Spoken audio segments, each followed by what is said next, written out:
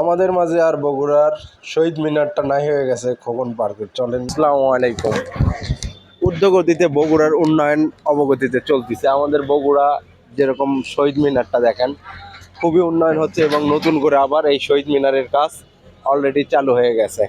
তো আসলে বগুড়ার যে উন্নয়নের ধারা চালু আছে তা এগুলো দেখেই বোঝা যাচ্ছে। তো আজকে দেখাবো আপনাদেরকে আমাদের শহীদ মিনারের পুরোপুরি কাজ। এই যে বগুড়ায় যে কাজগুলি চলতেছে শহীদ মিনারে দেখেন নতুন করে আবার কাজ শুরু হয়ে গেছে। শহীদ মিনারটা আবার আমাদের নতুন রূপে রূপান্তর হবে। তো চলুন পুরো ভিডিওটা দেখা।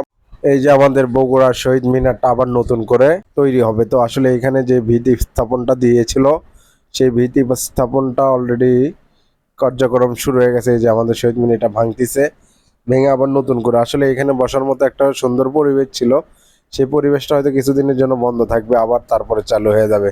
তো আসলে এখানে একটা জিনিস আমি বলবো যে প্রশাসন থেকে যেন সবসময় করে যে এই যে খোকন এই শহীদ মিনারের পাশে যে অনেকে এসে প্রস্রাব করে, এই প্রস্রাব করার ব্যবস্থাটা যেন ওনারা তাড়াতাড়ি না, কেন এখানে আজে বাজে ছেলেরা এসে এই প্রস্রাব করে, এই প্রস্রাবটা যেন বন্ধ করায় ওনারা। এইটুকু আবেদন আমি জানাবো কর্মকর্তার কাছে। কেননা এই যে এগুলি যে অনেকে এসে দেখা যায় সাইড সুইট দিয়ে পেশাব করে, দেখতে একটা বিচ্ছিরির ব্যাপার, বসা যায় না।